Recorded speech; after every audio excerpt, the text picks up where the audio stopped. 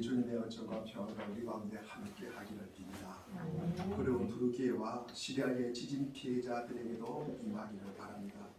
벌써 사망자가 2만 5천 명, 10만 명에 이를 것이라는 보도를 접하게 됩니다. 건물 잔해에 갇힌 채 구조를 아직도 기다리는 사람들, 한 사람이라도 더 구하기 위해 유업을 무릅쓰고 있는 구조대원들에게도 힘과 능력을 더해 주시기를 빕니다. 오늘은 24절기 중에서 우수입니다. 대도강물도 풀린다는 우수입니다. 눈이 비가 되어 내리고 얼음이 물이 된다는 뜻입니다. 날씨가 많이 풀려 봄 기운이 돋고 초목이 싹 트는 절기에 우리의 마음의 엉어리도 풀려지고 우리의 불안과 울분도 주님의 은혜로 덮어지는 귀한 역사가 있기를 바랍니다. 아멘. 이런 대형 재난이 일어날 때마다 우리가 긴급하게 물어야 할 질문은 이것입니다. 왜 이런 일이 일어났는가도 중요하지만 그보다 더 중요한 것처럼 우리가 해야 할 일이 무엇인가. 레베카 솔릿은 2005년 8월 29일에 허리케인 카트리나가 미국의 남동부를 강타한 사건을 떠올립니다. 가장 큰 피해를 본 뉴올리언즈는 홍수로 인해서 제방이 붕괴되고 혼돈 속에 빠져들었습니다. 그러나 카트리나의 진정한 폭력은 이것만 아니라는 것입니다. 그들에게 고립된 수만 명에게 상처가 된 것은 물론 폭풍 후 홍수도 있고 그리고 시체가 둥둥 떠다니는 다니는 물도 있고 그리고 살인적인 무더위 그리고 많은 사람들이 축축하고 더러운 이 피해로 되어버린 이 도시를 갖다가 탈출하기를 포기하고 그리고 아이들을 먼저 대피시키기 위해서 떠나라 보내야 했던 일들 그리고 더러운 물에 둘러싸인 도로에 사람들이 출산을 하고 죽어간 종말론적 날들 이것이 그들이 경험한 전부가 아닙니다. 이것보다 더 그들을 갖다가 아프게 하고 힘들게 한 것은 다른 사람들과 정부에게 버림받았다는 사실입니다. 그것이 그들을 괴롭혔다는 거죠. 그리고 무엇보다도 큰 상처는 그 어느 때보다도 취약한데 자신들이 동물로 취급되고 적으로 취급되었다는 현실입니다. 애도의 눈물을 흘리고 있는 이들에게 이제 그만하면 되지 않았나 라고 우리는 역정을 내기도 합니다. 모진 말로 상처를 주는 이들도 많습니다. 사람들이 서로 지긋지긋해하는 곳, 긍휼과 자비가 사라진 그곳이 바로 지옥입니다. 이런 때야말로 하나님을 믿는 이들이 필요한 때입니다. 설당을 잃어버린 사람들에게 설당이 되어주고 아무것도 의지할 것 없는 이들에게 비빌 언덕이 되어주고 벼랑 끝에 선 채 hin길증을 느끼는 사람들을 안전한 곳으로 인도하는 것이야말로 거룩한 삶이 아닐까. 믿음의 사람들이 서야 할 자리는 삶과 죽음의 경계선이다. 저는 늘 이 사실을 기억합니다. 우리 주님께서도 그랬듯이 자기의 몸을 허셔서 우리와 하나님 사이의 그 제약을 연결시켜 주었듯이 삶과 죽음이 단절된 것이 아니라 연속된다는 사실을 믿는 자에게 너무나 중요한 사실입니다. 이 사실은 하나님을 우리가 보는 것이에요. 8복 중에서 6번째 복은 하나님을 보는 것입니다. 이는 성도로서 받을 수 있는 가장 영광스러운 복이라고 할 수 있습니다. 성도가 이 땅에서 누릴 수 있는 최고의 특권은 하나님을 보는 것이에요. 심지어 그 특권은 어디로까지 연결됩니까? 천국으로까지 연결이 된다는 것입니다. 성도서 가장 큰 명예는 무엇일까? 주님을 닮았다는 말을 듣는 거예요. 오늘 우리 420장 2절에 보면은 마지막 절에 보면은 당신을 보면은 주님을 보는 것 같다. 이것이 우리가 들을 수 있는 가장 큰 칭찬이라고 생각합니다. 그러면 우리는 어떻게 하나님을 볼 수 있을까? 우리 오늘 8절에 마음이 청결한 자는 복이 나니 그들이 하나님을 볼 것이다. 본문에서 주목해야 할 단어는 마음입니다. 마음. 기독교는 마음을 강조합니다. 우리 로마서 10장 10절에도 사람은 마음으로 믿어서 의에 이르고 입으로 시인하여 어디에 이른다? 구원에 이른다. 기독교는 마음으로 믿는 것입니다. 중심이 아주 중요합니다. 바리새인들은 왜 욕을 합니까? 바리새인들은요 겉으로 보기에는 참 훌륭한 신앙인 것 같습니다. 잘한 것 같습니다. 입으로는 천하의 제일하는 선생이에요. 그러나 주님의 평가에 의하면 장과 대질에 금방 깨끗하게 하는 자들이며 그 안에는 탐욕과 방탕이 가득한 자다. 마태복음 23장 25절과 27절에 나오는 내용입니다. 주님은 외식하는 그들을 회칠한 무덤에 비유합니다. 무덤의 회를 하얗게 칠했으므로 깨끗하게 보이지만 그 속은 죽은 사람의 뼈와 그리고 온갖 더러운 것이 가득 차 있습니다. 겉은 그럴게 보이지만 사람 됨됨이의 핵심은 속마음 더러운 욕심과 악취로 가득한 그들을 향해서 주님은 마음이 청결한 자는 복이 있다고 말씀하십니다. 겉으로 어떻게 드러나 보이는가 하는 것보다는 중심의 진실함이 어떠한가 하는 것이 참된 신앙의 가늠자인 것입니다. 오늘날 많은 교회 성도들이 머리에 있는 지식으로 스스로 하나님을 믿는다고 여기지만 그렇게 고백하는 일들도 많지만 신앙의 핵심은 머리가 아니라 마음이라는 거죠. 가슴으로 우리가 믿는 것입니다. 우리가 올바른 진리를 깨닫고 생명의 말씀에 뿌리를 내려서 예수님을 바르게 믿는 것은 굉장히 사활을 좌우할 만큼 매우 중요한 일입니다. 그러나 신앙이 지식에만 그치면 그보다 더 큰 지향이 없습니다. 판별로 이끌어갑니다. 본인뿐만 아니라 공동체도 국가도 마찬가지입니다. 신앙은 머리의 한 부분으로 끄덕끄덕 동의만 하면 되는 것이 아니라 우리의 인격과 존재 중심인 마음이 핵심입니다.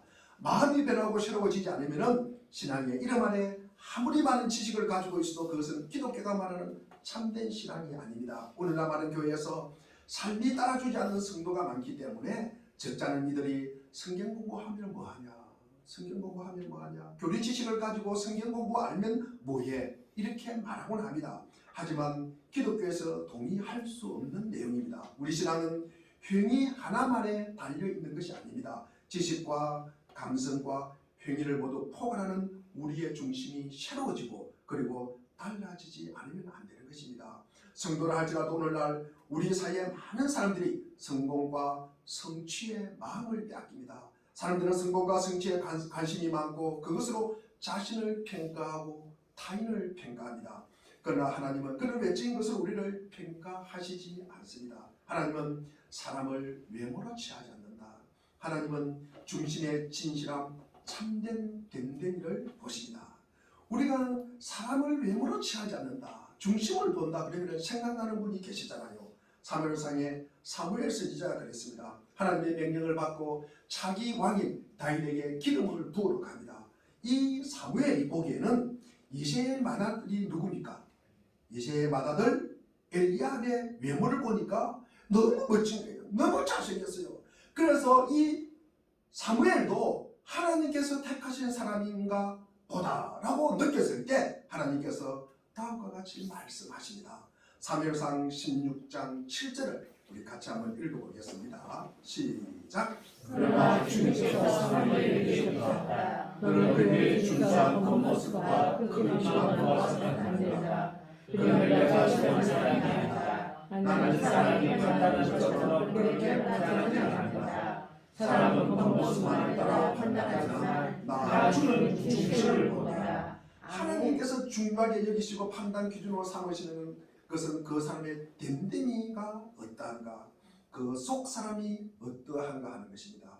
주님께서 가장 가치 있게 보시는 중심을 받들이고 우리가 시대의 조류를 따라 살며 사람들에게 보이는 것에 관심을 너무 가지고 외적으로 이루는 성공과 성취와 업적에 마음을 빼앗기면 교회와 성도가 함께 망하는 것입니다.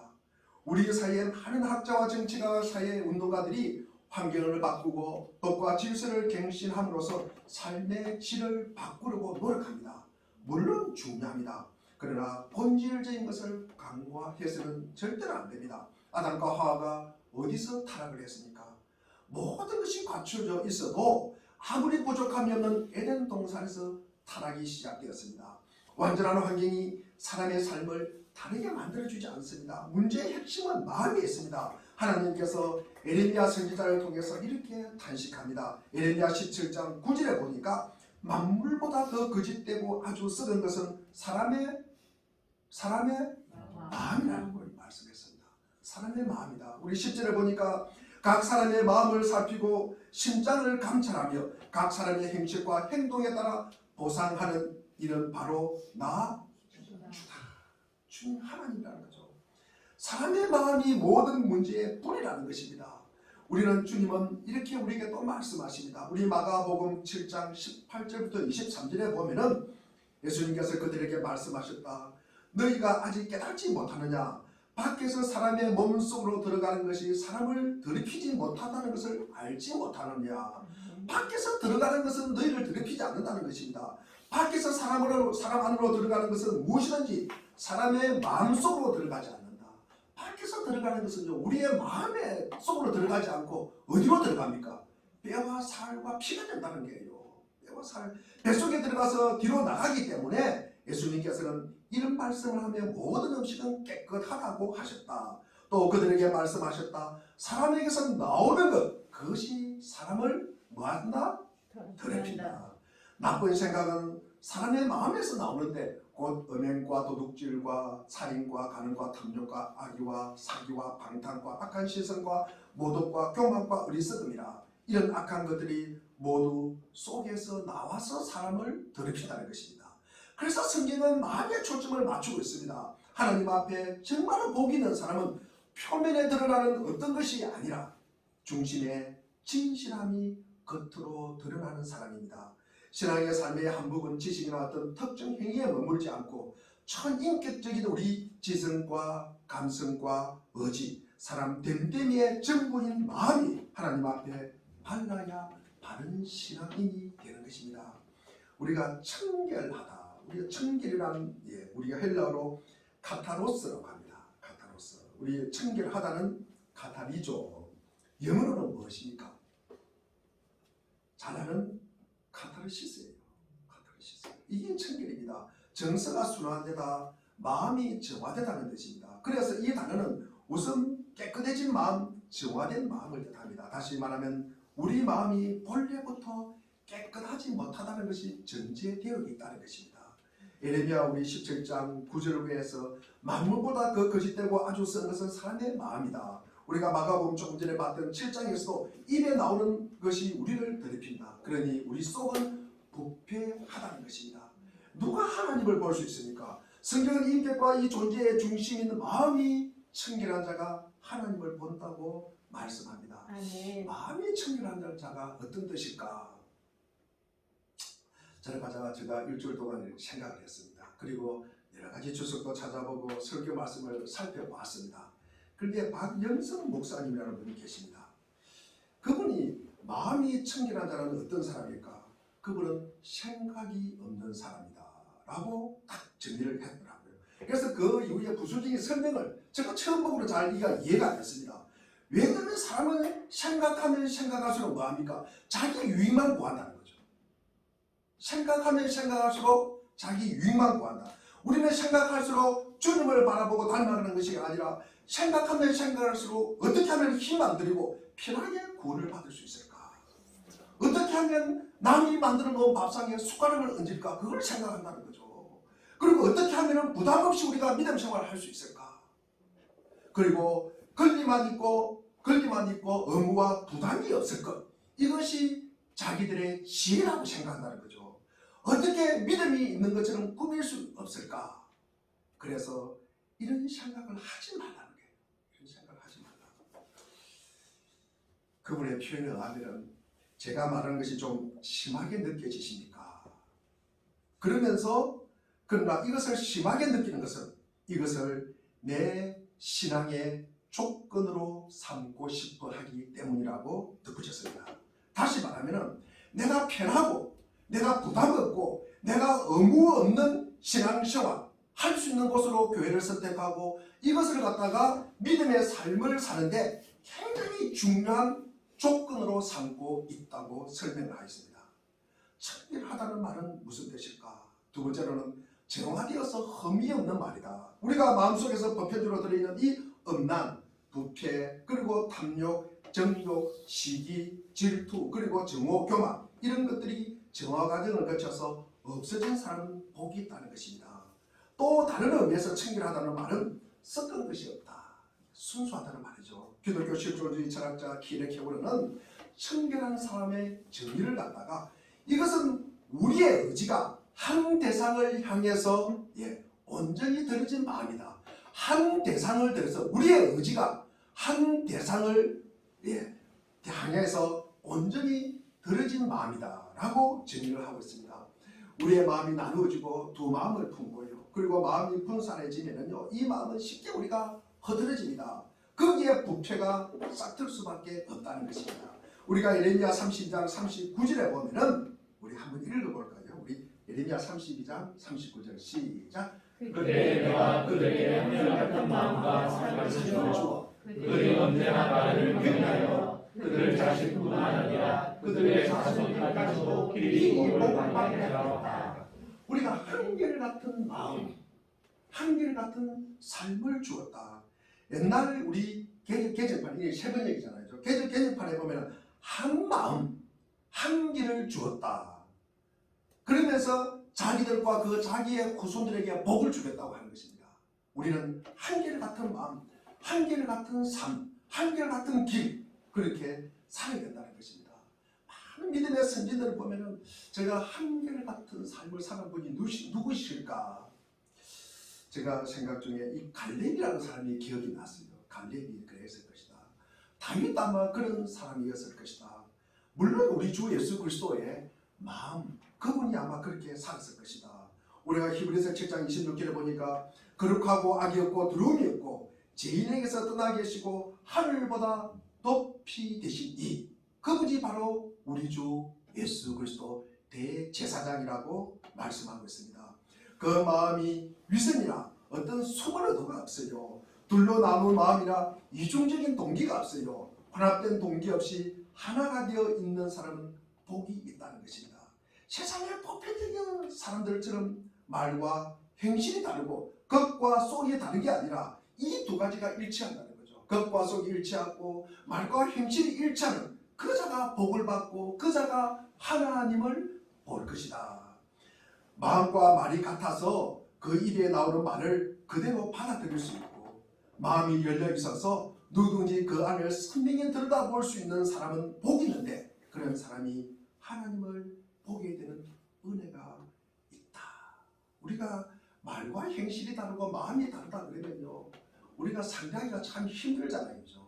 그러면 말과 그리고 마음과 그리고 표현이 행실이 다르면요, 우리는 그것을 보고 우리는 다시 재해석을 해야 됩니다. 그러니까 이게 만나기가 힘들다는 거죠. 상대방 마음도 알기도 힘들다는 말씀입니다. 우리가 옆 사람의 본 모습을 보면은 아마 그대로 볼 수 없기 때문에 아마 같이 앉아 있을 것입니다. 본 모습을 갖다가 다 알 수 있으면은 우리가 남남이 만나서 결혼할 수 있을까? 제가 그런 생각도 해보았습니다. 본 모습을 모두 본다면 아마 옆에 앉아 있지 않으려고 할 것입니다. 우리는 모두 불안전해요. 우리는 불안전합니다. 이게 우리가 기독교에서 가장 중요한 전제가 이 불안전하다는 데서 출발하는 게요. 우리가 본문에 근거해서 완전한 승리를 주장하는 사람들이 있습니다. 육적인 본성을 끊고 죄나 속된 욕망이 없는 완성에 들어간다고 주장하는 무리가 교회 역사에서 2000년 역사에서 계속 있어 왔습니다. 그런데 다 헛된 주장임을 우리는 알고 있습니다. 인간은 누구나 그 마음에 죄가 들어가 있어요. 주님이 사도 요한을 통해서 분명히 말씀하여 주고 있습니다. 우리 요한일서 1장 8절을 우리 한번 읽어보겠습니다. 1장 8절입니다. 시작. 우리가 죄가 없다고 말하면 우리는 자기를 속이는 것이고 진리가 우리 속에 없는 것입니다.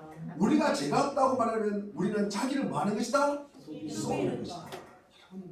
마음이 청결하다는 말은요, 죄가 하나도 없이 백지상태다 이런 말이 아닙니다.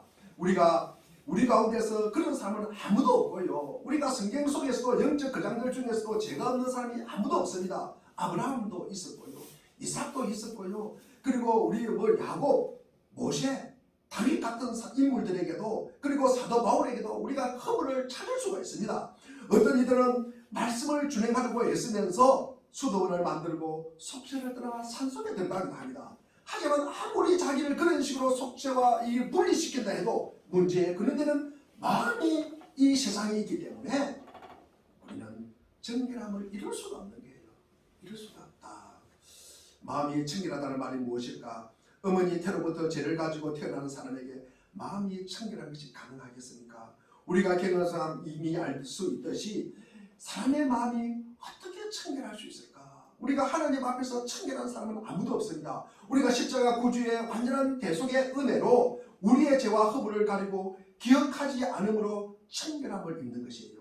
주님께서로부터 여김을 받고 청결하다 여김을 받으며 성도는 새로운 출발을 합니다. 그렇다고 하고 나서도 우리 안에 여전히 남아있는 이 악한 행실과 몸의 나쁜 습관, 끝없이 죄로 기울어지는 경향성을 보고 애통해 하는 거예요. 애통해 하는 것입니다. 분명히 주님께서로부터 여기심을 받았고 주님의 공로로 죄가 덮이고 가려졌음에도 불구하고 잔존하는 죄의 성향을 발견할 때마다 가슴을 치는 거예요. 가슴을 치는 거예요. 가슴을 치는 거예요. 그러면서 탄식하는 것입니다. 주님이 죄를 가려주심으로 나 같은 죄인이 용서받고 정결하게 여겨졌는데 육을 입고 이 세상을 살아가는 동안 여전히 반복적으로 죄가 발견되기 때문에 주님 앞에 애통해 하면서 자기를 향한 탄식과 아픔을 고백하는 거예요. 그때마다 구주께서 찾아와 주셔서 용서를 확신하게 해주시고 우리를 위로해 주시고 씻으심으로 다시 정결하게 되는 것입니다. 정결하다는 것은 죄가 없는 완전한 상태에 이르거나 죄를 생각지도 않는 어떤 수준에 이르는 것, 그런 것 아닙니다. 우리가 죄로 인해 애통하고 탄식할 때 주님의 은혜로 말미암아 정결함을 누리고 또 애통하고 탄식할 때 주님의 도우심 안에서 삶의 정결함을 회복하는 방법으로 마음이 정결하게 되는 것입니다. 우리는 한 마음을 갖기를 원하지만 너무나 자주 마음이 나뉩니다. 외식이나 그릇된 동기, 말의 다름이나 그리고 썩는 것이 없는 정결한 마음을 갖고 싶어도 자주 넘어지고 더러워집니다. 왜 그럴까? 왜 그럴까? 우리 성도님보다 저를 더 많이 생각해 봤습니다. 우리가 모르는 게 많아서 그럴까? 모르는 게 많아서 그럴까? 그것은 아닌 것 같아요. 제가 일주일에 한두 권 책을 사가지고 읽어보는데 우리가 모르는 게 많아서 우리 삶이나 신앙이 붕괴될까? 그것은 저는 아니라고 생각합니다. 자신이 모른다는 것을 아는 것, 자신이 모른다는 것을 아는 것은요, 우리가 나아지려고 발부둥치는 거예요. 그 시선이 우리가 주님께로 향해 있기 때문에 우리가 모르는 것을 아는 거예요. 우리가 주님의 시선으로 보기 때문에 우리가 부족하다는 걸 아는 거예요. 우리가 그것 때문에 죄인이라는 것을 아는 거예요. 그럼 우리가 삶과 신앙을 갖다가 붕괴시키는 것은 뭘까? 변화가 두려워요. 변화가 두려워요. 사람들이 변화를 두려워해요. 혹은 귀찮아서 이전에 내가 받아들였던 것, 그거 하나만 계속 붙잡고 있는 거예요. 계속 붙잡고 있는 거예요. 새로운 것을 갖다가 받아들이지를 않아요. 우리는 늘 주님을 바라보면서 우리가 변화되어 가야 되는데 주님을 보지 않으려고 하는 거예요. 한번 본인 봤던 그걸 가지고 끝까지 그것을 갖다가 그것 때문에 아마 무너지는 것이다. 그러니까 우리가 성령의 도우심을 간절히 구하고 그분의 역사심을 따라 부패한 모습을 극복하면서 마음의 하나됨을 지키고 애씀이 있을 때 주님은 마음이 청결하다고 우리에게 여겨주시는 거예요. 칭해 주시는 거예요. 의롭다고. 그리고 그렇게 간주해 주시는 거예요. 우리가 이 마음이 백지같이 깨끗해서 우리는 갖다 그렇게 해 주시는 것이 아니라 우리가 주님을 바라보고 내가 주님 앞에 좀 어떻게 하면 깨끗할까 발버둥치고 애쓰고 노력할 때 그 마음이 가르쳐서 우리 주님이 그렇게 어렵다고 칭해주는 거예요. 칭해주는 거예요. 성경은 마음에 아무런 죄가 없는 사람이 복이 있다고 그렇게 말씀하지 않았습니다. 많은 한계와 모순에도 청결한 마음을 찾으시는 주님 앞에 중심을 다해서 깨끗하고 하나된 마음으로 주님 앞에 올려드리는 이들에게 복이 있다고 말씀을 하시는 것입니다. 우리가 깨끗한 마음을 갖게 된 단 한 가지 방법은 여러분이 내 마음이 너무나 불결한 마음, 이것을 갖고 있음을 우리가 인식하고 이것을 애통하는 것이며 이것만이 마음을 깨끗하고 순결해지는 대로 우리를 유도하기 때문입니다. 우리가 시편 51편 다윗의 기도를 보면은 우리가 10절을 보면은 하나님이여 내 속에 정한 마음을 창조하시고 내 안에 정직한 영을 새롭게 하소서. 다윗처럼 우리가 자기 안에 정한 마음을 주시기를 간절히 구하고 하나님 앞에 나아가는 자는 복이 있습니다. 아멘. 우리가 다윗이 죄가 없어서 이런 복을 받는 것이 아니라 그들이 하나님을 보기 때문에 자기의 죄를 알기 때문에 그래서 이런 기도가 나오는 것입니다. 우리 10절 한번 읽어보겠습니다. 시작. 하나님 내 속에 깨끗한 마음을 창조하여 주시고 내 속을 경건심으로 새롭게 하여 주십시오. 내 영 안에 정직한 영을 날마다 새롭게 해달라고 기도하는 것입니다. 우리는 어떻게 하나님을 볼 수 있을까? 세상을 보면 우리는 배후에서 역사하시는 하나님을 보게 됩니다. 믿음이 없는 사람들은 역사와 만물을 움직이는 하나님의 손길을 보지 못하고 세상은 권력이 움직이고 대통령이 움직이고 돈이 움직인다고 생각을 합니다. 성도는 믿음의 눈으로 보는 것입니다.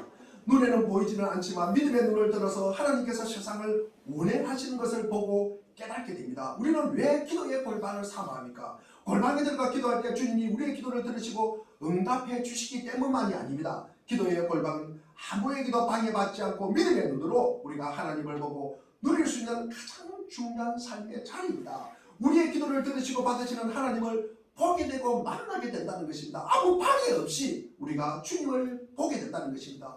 우리가 왜 예배 자리에 나왔습니까? 제가 오늘 묻고 싶은 것이 이 말씀입니다. 예배 자리에 왜 1시간, 2시간 걸려서 이 자리에 왔습니까? 우리가 종교적인 도리나 의무를 행하기 위해서 왔습니까? 목사 눈도장 찍으려고 하는 것은 당연하지 말아도 우리가 뭐 이거 안 하면은 내가 오늘 이 자리에 안 오면은 예배 안 드리면 좀 찝찝해서 오셨습니까? 우리가 팍팍한 인생살이에서 우리가 따뜻한 설교 듣고 그리고 위로받으면서 살아갈 용기를 얻기 위해서 오셨습니까? 그러한 부분도 있겠지만 그보다도 더 본질적인 것이 우리가 무엇일까? 본질적인 것이 무엇일까? 성도들이 모여서 주님을 높이고 주님을 찬양하고 주의 이름으로 기도하고 그리고 삼위일체 하나님께 예배를 드리는 핵심이 무엇입니까? 살아계신 하나님을 만나기 위해서입니다. 아멘. 살아계신 하나님을 만나기 위해서 오셨습니다. 아멘. 우리가 하나님을 봐야 그것이 진짜 신앙입니다. 현재 사는 지체들과 함께 모여서 기도하고 찬양하고 말씀을 나누는 예배 시간에 하나님을 보지 못한다면 우리가 어디서 하나님을 보고 만나고 안식과 평강을 누리겠습니까? 예배를 통해서 말씀이신 주님을 말씀을 들으면서 우리가 주님을 만나고 보게 되는 것입니다. 육안으로는 볼 수 없어도 회중이 예배드리는 자리에 임재하시는 하나님을 믿음의 눈으로 우리가 볼 수가 있는 것입니다. 찬양하면서 우리의 기쁘나 마음, 우리의 근심 걱정, 우리의 울퉁불퉁한 마음이 가라앉게 됩니다. 말씀을 들으면서 용서 안 되는 이웃이 용서가 되고요. 말씀을 들으면서 정오의 마음이 사랑의 마음으로 바뀌게 되는 것입니다. 우리는 말씀을 들으면서 내가 옳다고 결심한 길로 가는 것이 아니라 우리 주님께서 옳다고 하신 길로 우리가 가게 되는 것입니다. 말씀을 들으면서 안락하고 편안한 길보다는 힘들고 좁은 길이라도 가치가 있고 의미 있는 길로 가게 되는 것입니다.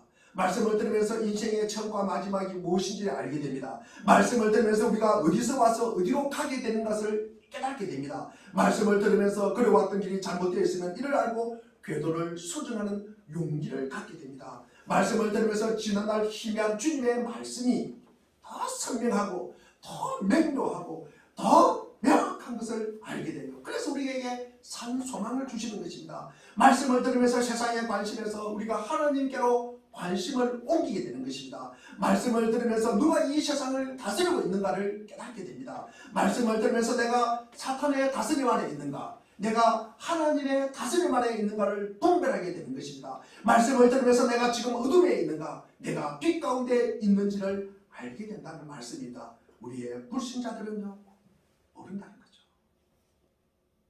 그런데 우리 믿음의 그리스도인들은 우리 이것을 보게 되고 알게 되고 느끼게 되고 그리고 감격할 수 있다는 것입니다.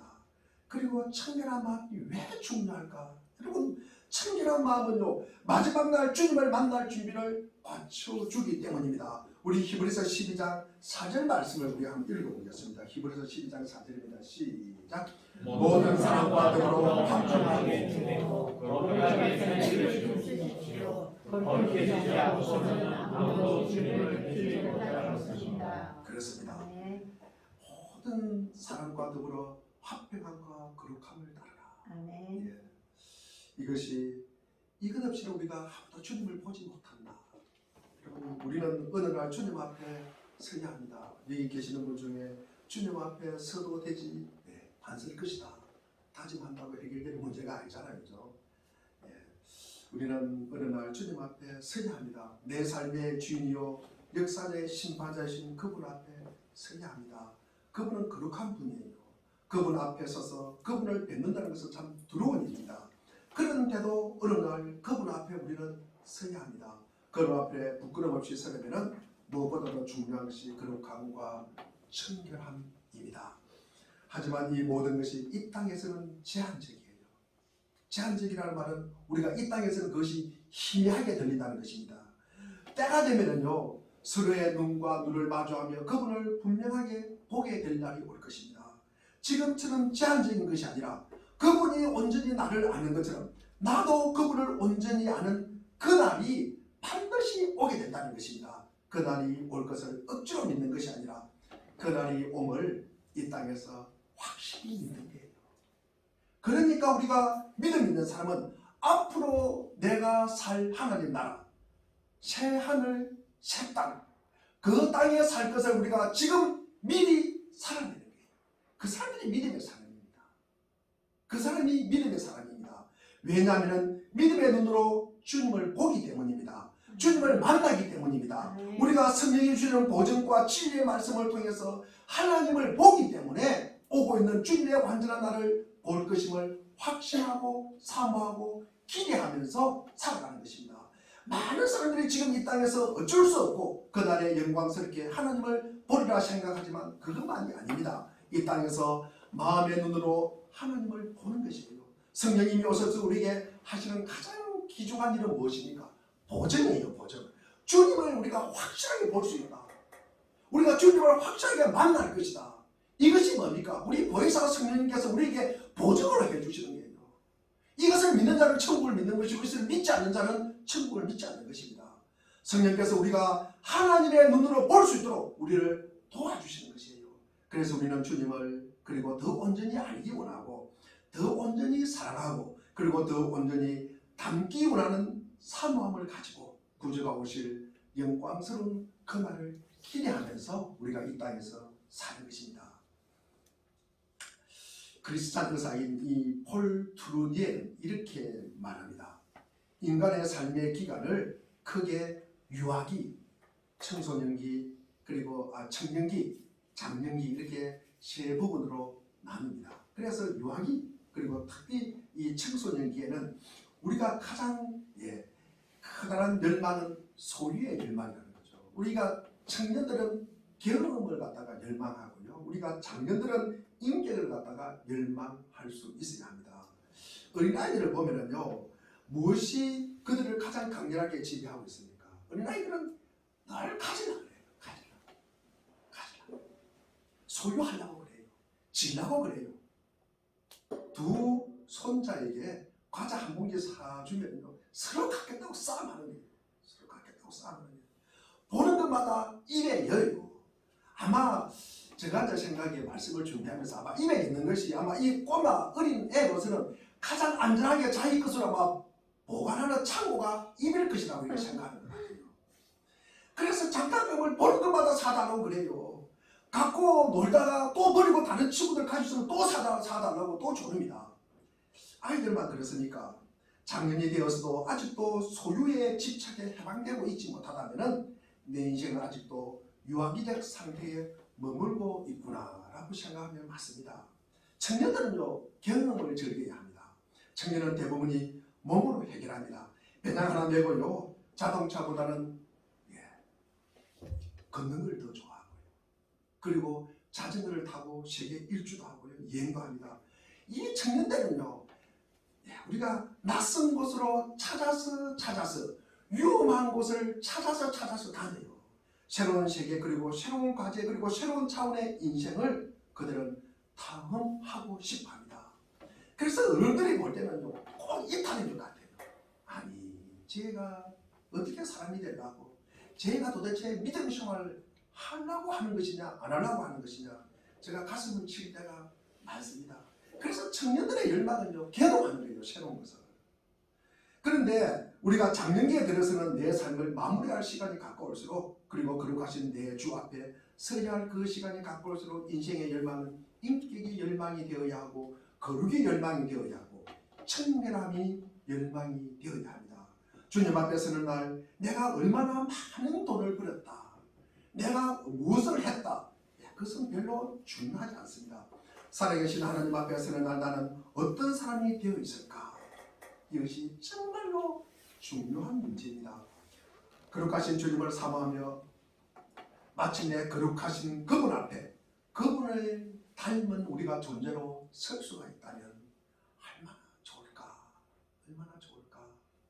제가 늘 고민하고 그리고 애쓰는 부분입니다. 우리 고린도전서 6장 우리 19절 하반절에 보면은 여러분은 여러분의 것이 아니래요. 한번 읽어보겠습니다. 19절입니다. 시작. 여러분의 모든 여러분의 성령의 승리를 받지 못하였으나 여러분 성령 하나님으로서 받아서 보실 수 있습니다. 여러분은 여러분 자신의 것이 아닙니다. 다시 한번 여러분은 여러분 자신의 것이 아닙니다. 아멘. 여러분은 여러분 자신의 것이 아닙니다. 우리가 함부로 살 수 없는 것은 이것 때문입니다. 내 것이 내 것이 아니래요. 아멘. 내 것이 내 것이 아니래요. 우리가 로마서 12장 15절에 보면은 기뻐하는 사람과 함께 기뻐하고 우는 사람들과 함께 우는 것이야말로 우리가 하나님께 속한 존재임을 드러내는 표징이에요. 넘어진 사람을 일으켜주고 울고 있는 사람의 눈물을 닦아주고 외로운 사람의 곁에 머문다는 게 쉬운 일이 아닙니다. 안온한 일상을 포기해야 하고 귀찮은 일에 연루될 수도 있고 에너지나 비용을 지불할 때도 있습니다. 그러나 그것은 결코 손해가 아니라는 사실이에요. 손해가 아니다. 이게 이제 손해본다고 생각하면 우리가 할 수 없는 일입니다. 그러나 이것이 손해가 아니다. 그런 일을 수행할 때 우리 속에 잠든 하나님의 성품의 씨가 싹을 틔우기 때문입니다. 그래야만이 이것이 손해가 본다는 생각이 안 드는 거예요. 낙엽을 덜추면 스스나 싹이 올라올 때입니다. 하늘의 빛을 받아 우리 속에 잠들어 있는 선한 가능성들이 깨어나기를 빕니다. 주님께서 이 거룩함과 청결의 열망을 우리에게 주시기를 바랍니다. 마음이 청결한 자는 복이 나는 그들이 하나님을 볼 것이며. 기도하겠습니다.